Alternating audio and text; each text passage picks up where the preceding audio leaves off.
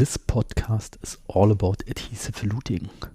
I'm talking with Marcio from the University of Leuven. He finds a really good balance between all these posts in social media we see sometimes about just warming the composite and light cure it. What about the best available evidence of the products we're using? This podcast is part of the G Cem 1 Luting Symposium in preparation of the 100th birthday of the GC Corporation.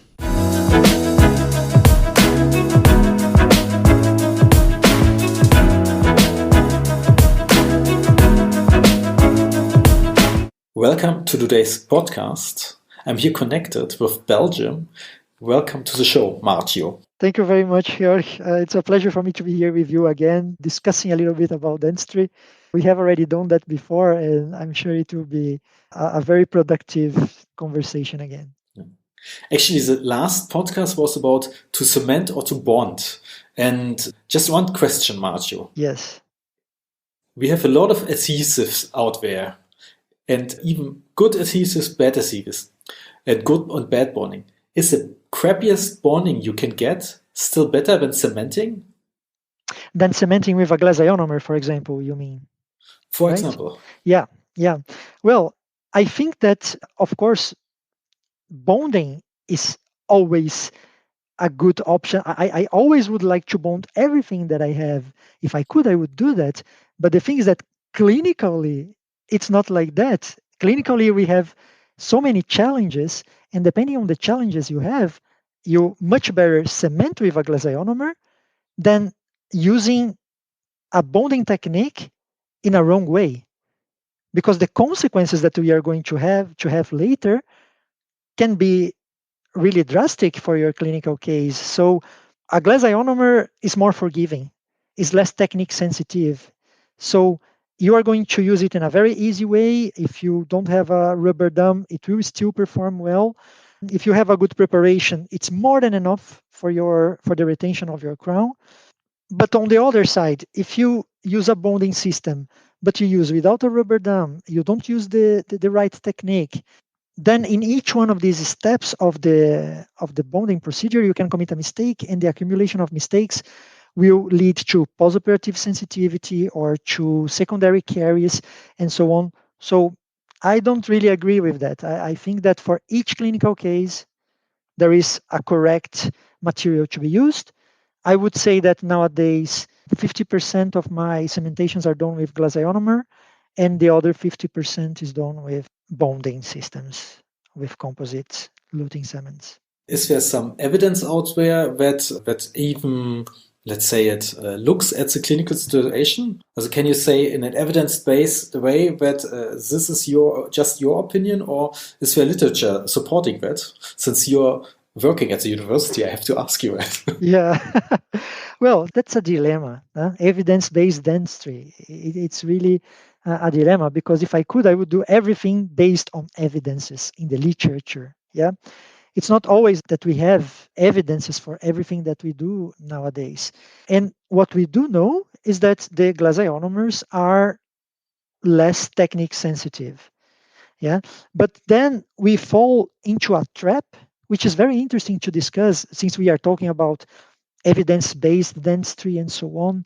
Like in evidence-based dentistry, we are talking about a study, for example, a clinical study, which was done at the university with all the environment controlled, using a rubber dam, taking the time to do each step correctly.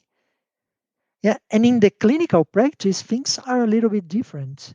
It's not always that you can use a rubber dam. It's not always that everything is controlled. In a clinical study, for example, you exclude the patients which are not favorable many times. Yeah, you look there in the study exclusion criteria: patients with bruxism, patients with bad occlusion, patients with periodontal problems, patients with bad occlusion. Like on our daily practice, we don't have only ideal patients, right? So all of this has to be taken into account. But yes, I would say that there are indeed evidences that using glasionomers for the cementation of conventional crowns will indeed give very favorable effects. When would you bond a crown? I mean, a full crown is usually kind of hard to bond under rubber dam. What are your tricks for that? Yeah, so the idea here is that you always do a combination between the cement you are using and the kind of restoration you are asking to the lab. So actually, when you do your preparation, at the moment you are doing your preparation, you are already deciding which luting cement you are going to use. Many people do the contrary. They ask the crown to the lab, and when they receive the crown, they think, okay, what am I going to use to cement this? That's not the right thing. So, for example, I just finished my preparation. I see that my preparation is good enough, it's high enough.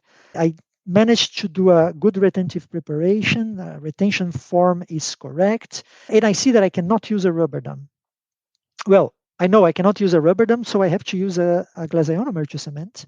So I'm not going to ask for a feldspatic crown or a lithium disilicate crown, which is more translucent, because I know that glasionomers are opaque and that they are going to shine through. I'm going to then ask a zirconia crown. It can be, for example, a zirconia coping with baked porcelain on top to give more aesthetic result. Yeah, but I'm going to search for a zirconia because I know that I can use a zirconia with a glasionomer.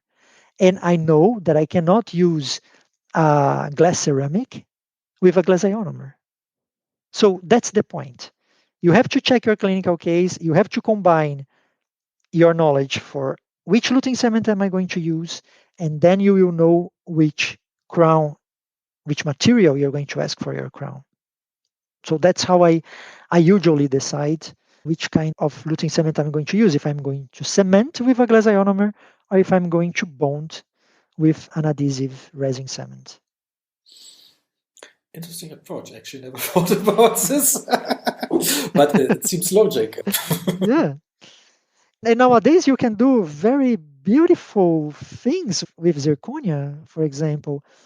Yeah, so I wouldn't doubt cementing even an anterior tooth, a tooth 11, for example, with a glasionomer as soon as I am using a zirconia crown. You zirconia coping with baked porcelain on top of it, you can have very good results. But since your university, let's get a big back to the evidence-based. Yeah. As soon as we have a new material on the market, Yeah. should we wait for evidence, or should we think, "May that's cool, I want to try it out because it seems easier"? Yeah, this is a dilemma for all of us, actually. Well, I am at the university nowadays. I work at the university nowadays, so I have indeed this academic way of thinking. But don't be scared. I don't bite. And actually, I worked for the biggest part of my career, and it's already 20 years of dentistry, actually more, 23. I have worked a lot as a dentist in the clinical practice. I have also worked in the industry. So I have always seen the development of materials in companies. Yeah.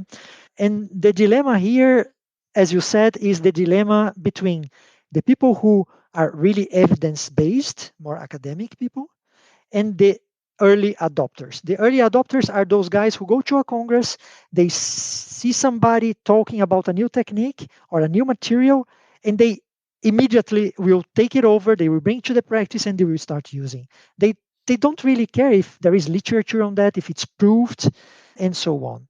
On the other side, you have the more academic people who are going to be more careful. They are going to wait a little bit longer, see how it goes, and then they are going to decide if they are going to use this new product or not. Actually, because I have already been on both sides, I believe that both are important. The new adopters, the early adopters are important, and the people more evidence based are also important because both are important for the development of dentistry. We cannot wait for evidence, really high quality, evidence based dentistry to start using a new material because it takes too long.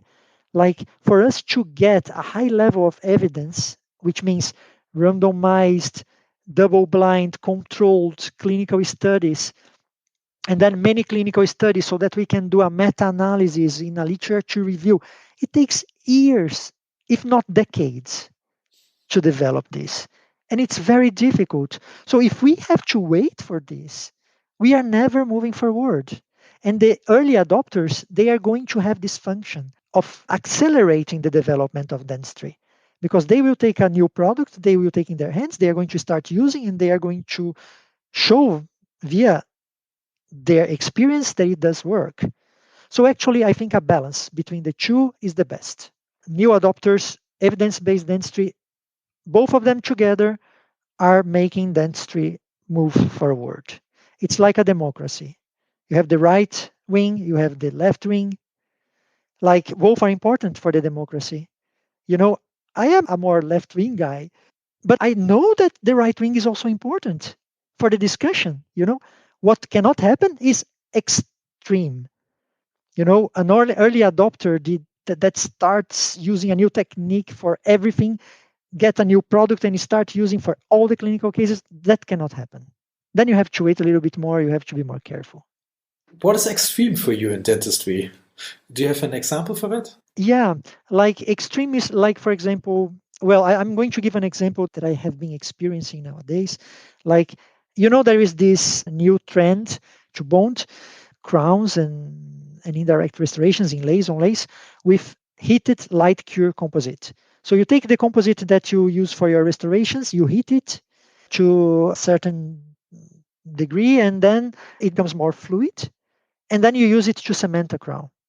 And I have already been in a congress in which the speaker would say, well, I cement all my inlays, onlays, and porcelain crowns with heated composite. Well, and then my question here is it evidence based? Well, no, it's still not evidence based with high quality clinical studies with long follow ups, many studies saying that it does work, and it's not evidence based. But we are already using this technique for a long time. There are some levels of evidence in the literature showing that it works, you know. So we can start using it. I am using this technique, but what I would say that it's extreme is to say that I use it for everything, and that's not correct. That's extreme. Yeah, so I'm using a light cure composite, but do I know how much of opaque porcelain my lab technician has used in my crown? Do I know if the light is passing through this crown? Well, if I doubt, I better use a dual cure cement instead of heated light cure composite. Yeah, so there are situations in which you can use, there are situations in which you cannot use. And when you come out saying that you use it for everything, this is for me extreme. For example, when we cement an onlay, I mean, there can be arguments for using a heated composite or just a composite which is, I don't, do they have to be heated or just to be very soft? Well, this technique of the working with heated composite makes the removal of excesses easier. And in the past, they would say that also the restorative composite is stronger than more fluid composite that we use for a cementation, like the veneer cements that we used before. Well, nowadays we have luting cements which are light cured or even flowable composites. Or nowadays we have also these injectable composites. And they have very high properties. So they are as strong as restorative composites. And they have this consistency when they are injectable. They have this consistency which is also not so running. It's not really a running consistency. So when you cement an onlay with that, it's also very easy to remove excesses. So you can also you can also use this kind of materials. But to your question, like if I'm sure that the light is passing through my crown, I would use this technique. Actually, I know that my light is passing through, for example, when I'm using a CAD-CAM block, because there are studies showing that for the CAD-CAM blocks, when they are high translucency, the light is passing through. But then I know exactly what I have. It's a monoblock it's made always of the same thing, there are studies showing the light pass through. If you are receiving a crown from the lab, an onlay from the lab, for example, you don't know how much opaque has been used there. You don't know which kind of porcelain has been used there. So you don't know how much of the light is passing through. So then, yeah, it becomes a little bit more difficult to use this technique. And well, let's say that nowadays I use actually the injectable composites. There are some luting cements like G Cem veneer, for example, from GC, which has a very good consistency. It's not so runny. Or the Genio injectable, it's an injectable composite. Many people think that it's a flowable, but actually it's called injectable because it really stays in place when you apply it on the surface. So actually I'm using this actual cement because then I am sure that the cement is going to flow completely, that the cement is going to give me a very thin film thickness. So that's what I am using nowadays. I don't really use a lot heated composite technique. Interesting. When you remove the excess, are you like if it's pure light curing, you don't tack cure probably then? No, yeah, I try to avoid the tack curing technique because I do believe, and again, we are talking about clinical experience. Yeah, because it's not evidence-based dentistry. We still don't have an answer for that in the literature. So we are talking about clinical experience here. I believe that when you tack cure and you tack this excess of cement out, you also remove a little bit of cement from the cement line between the restoration and the preparation. And there you can have plaque accumulation, you can have then discoloration of the margin, you can have secondary caries, and so on. So I prefer to remove the excesses with a brush. So I have these brushes that we use to model the composites when we do a restoration. I usually use these brushes to remove the excesses. Then I use a super floss for between the teeth to remove the excesses. And then I light cure. And if there are still some small excesses here and there, I remove it with a blade and then I polish this interface. I am not really fond of tack cure, actually. Actually, a lot of people are always think about what would be the best thing. Just recently, I also saw a post on Instagram where the brushing was endorsed because it makes everything easier, even when tack cure. Yeah.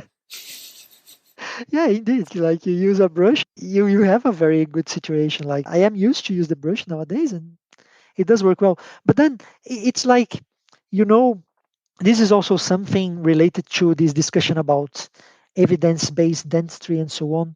Actually, I used to say that the best product is the product that works better in your hands. Yeah. So let's say that you have a product which is a little bit better and a product which is a little bit worse. But this one, which is a little bit worse in terms of properties, yeah, in terms of strength, wear resistance, water absorption, and so on.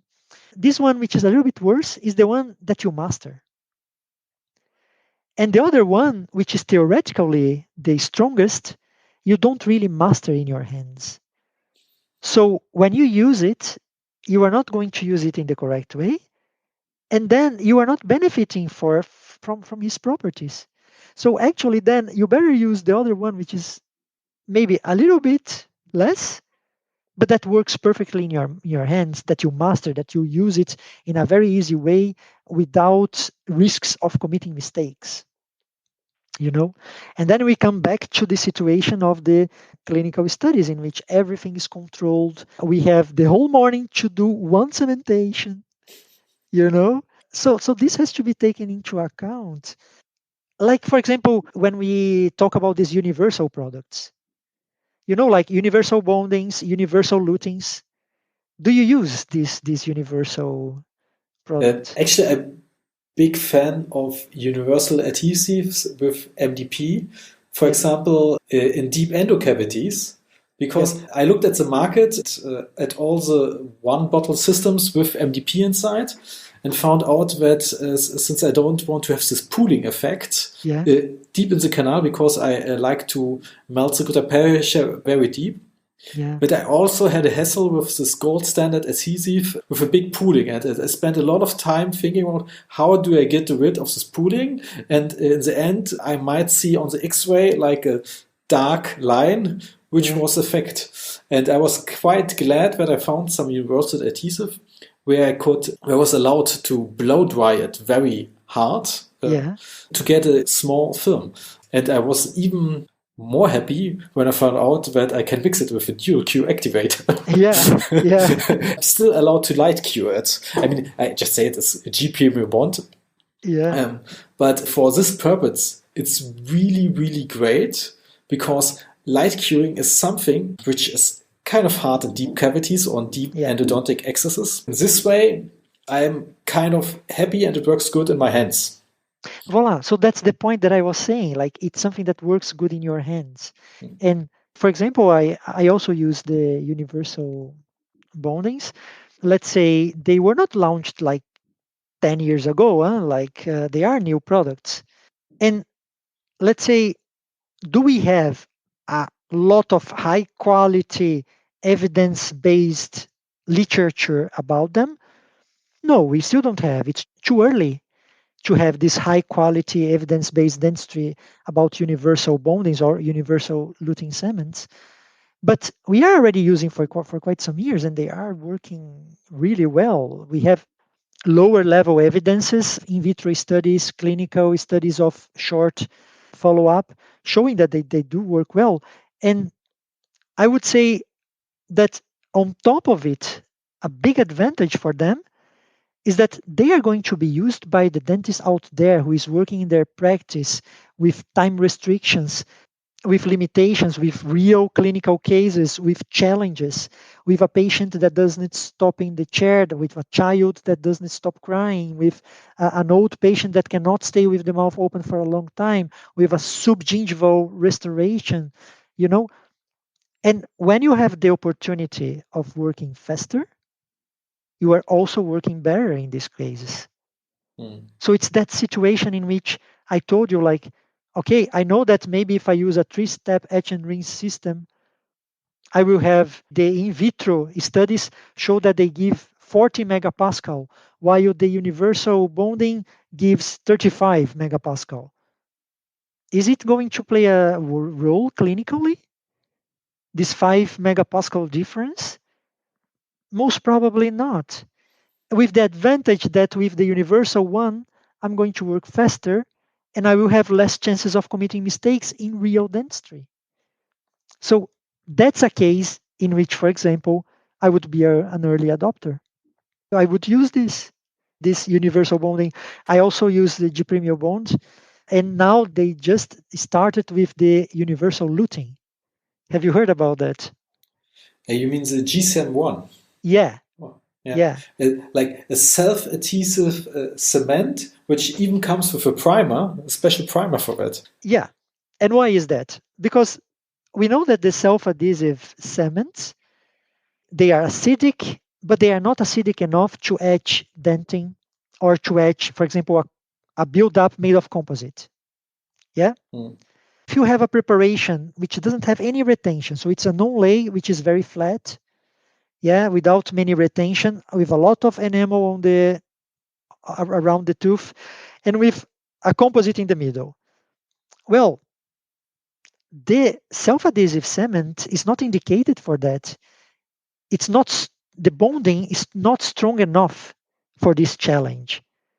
So what did they do? They added a bonding system so that when you have a favorable situation, like a good preparation, which is somehow retentive with a lot of dentin, you use the self-adhesive cement as it is without the need of a separate bonding. But if you have a case in which the surface is quite flat without many retentions, a lot of enamel, a lot of composite buildup, you know that the self-adhesive cement is not going to work well. Okay, good. You have a separate bonding that you know that works together with the cement, and then you can use this cement for everything. So it's a more universal situation. So it gives you the best of both worlds, let's say, for people who need to work faster. Yeah. So would I start using? Yes, I would start using it. And I think that I would start using it, but of course I would be careful. I would not use in any situation. I would start slowly and I would experience more and more about it. And then I would take my own conclusions. Because of course I'm not going to wait 10 years until I have evidence-based dentistry to to use it. Yeah. So that's when I am talking about, okay, I understand when a dentist tells me, Marcio, I have to work faster. I in many situations I cannot do so many steps, and that's why I use a universal bonding or a universal luting. I do understand that. Yeah. If I have the option, I would prefer to use a dual cure adhesive cement, which comes with a separate bonding, 2 steps of for the bonding, you know, selective etching of enamel, and so on. So many steps. I prefer to use that, but look, I work at the university. I have the time for doing that, and I prefer to use these ones. But I do understand when a dentist tells me, well, in many clinical cases, I use the universal materials. Sometimes on social media, dentists are so focused on evidence based that they kind of forget the common sense as well. Yeah. Because, for example, some people on Instagram are now saying you should wait for 5 minutes and let the bond become stronger because there are no tensions. Because as soon as you put the composite on the surface, a lot of tension rise. So wait 5 minutes for the bonding to kind of grow, which Yeah. kind of sounds esoteric. But I mean, sometimes for 5 minutes, I mean, if you have another different filling or something you can do in this and let it bond grow, it maybe works. But I don't think there's a real clinical significance. And as you said, in every study, and I was never at university, but I really one time I really asked one guy really hard, why didn't you test that? Why didn't you test that? And he said in the end, we wanted to have a real result, and we don't want to have experiments. Yeah. That's a clinical study. Yeah. Yeah, indeed. That's the thing. Like there are many things that we do based on very, like I think it's funny when somebody defends it so hardly, something with such a low level of scientific evidence. There are, in this case, there is no evidence, like the case that you are telling right now. There is no clinical, relevant, high level quality evidence, scientific evidence to prove that. There is maybe an in vitro study that shows that, but an in vitro study is a very low level of evidence. So, should we take this into account? Of course, we have to take this into account. But should we take it as granted and say that it needs necessarily to be done like that? No, because it is a very low level of evidence. You know, you see, it's like I receive this a lot. They say, yeah, but glasionomers do not work well, they are weak. And I say, where have you seen that? Yeah, there are many laboratory studies. If you see the megapascal, how many megapascal the glasionomer have in comparison with a bonding? I say like, yeah, but glasionomers are not made to work on the desk of a lab. They are made to work in the mouth, you know? So that's very typical because indeed, like in vitro, the glasionomers perform really bad. But why? Because actually they are made to be used in the mouth in contact with saliva, exchanging ions with saliva all the time, maturing, getting stronger. So actually when we are talking about clinical situation, the glasionomer gets stronger and stronger over time, while the composite gets weaker and weaker over time because it degrades in saliva. You see? So, and then I tell, yeah, okay, but you see, you are using an evidence which is not even adapted to the clinical situation. Yeah, it's a very low level of evidence. And then on the other side, if you take the study from Professor Pillmans, for example, it's a literature review of clinical studies with meta-analysis comparing bonding systems, all kinds of bonding systems, self-etch, total etch, not universal, it was not there in the study, single bottle bonding systems, comparing with glasionomers for restorations of class 5, non-carious class 5 restorations. And these are, it's not one clinical studies, it's all clinical studies in the literature put together, taking all this data, doing a meta-analysis, and the conclusion was that actually the glasionomers were the ones with the best performance in terms of retention. Yeah, in terms of retention. She could not test the rest because each clinical study tests something different. This is another crazy thing for us to think about. But retention was something that she could collect results from all the clinical studies, and we are talking about clinical studies. And the glasionomers were the ones with the lowest level of annual failure rate. So then, this is a high level of evidence dentistry, evidence-based dentistry. A literature review with a meta-analysis of randomized controlled clinical trials. Now, when you come to me and you say you have to do that like that because there is an in vitro studies that says that it gives 40 megapascal instead of 35, I say, well, sorry, but this is not evidence. In my class 5 committee, there's only GIC. Well, look, I don't want people to understand me wrong. Like, we know that the GICs will wear more. We know that the GICs will discolor more. So we should not be naive. But depending on the clinical situation, if I cannot use a rubber dam, if I have to work fast, if it's really subgingival and I have to care about the sealing, okay, then I use a rubber dam. And it can be that it fails, it can be that it breaks. But when a glasionomer fails, it's because the restoration failed. It wears off, or it's discolored, or it chipped, but the tooth is still intact. And when a composite fails because of a bad technique, it's not the composite that failed, it's the tooth, because it failed because of postoperative sensitivity, because of secondary caries, and then finally endodontic treatment. You know? So we have to take all of this into account. You know, do I go around using glasionomers for everything? No, of course not.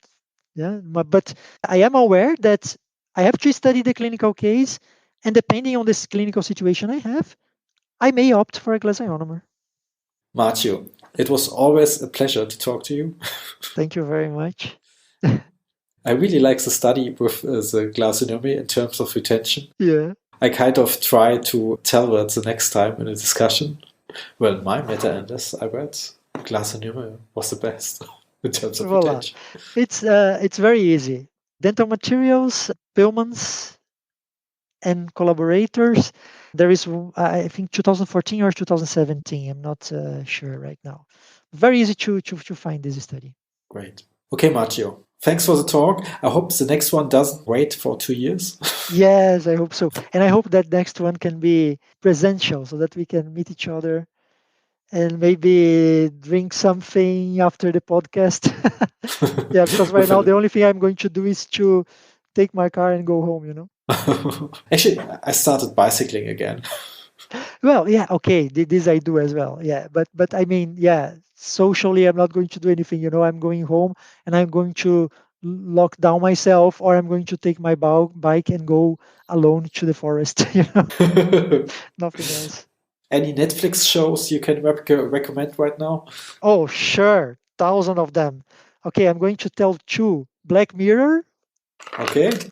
maybe you know that, and then Sense8. Sunset. Okay. Sense8. It's really cool, really cool. It's more like fiction. Yeah, it's fiction. It's about a group of young people from different parts in the world, but they are connected with with an extra sense, like they can talk to each other and via their mind, like, and they can feel each other, and then it starts, and it's really crazy. It's but really nice. So Black Mirror and Sense8. Okay, I nearly watched everything from Black Mirror. I have to look Sense8 app. Thanks a lot. Sense8. Yeah, Sense8. I put it in the show notes. Really nice. Thank you very much, George. See you next time. Bye bye.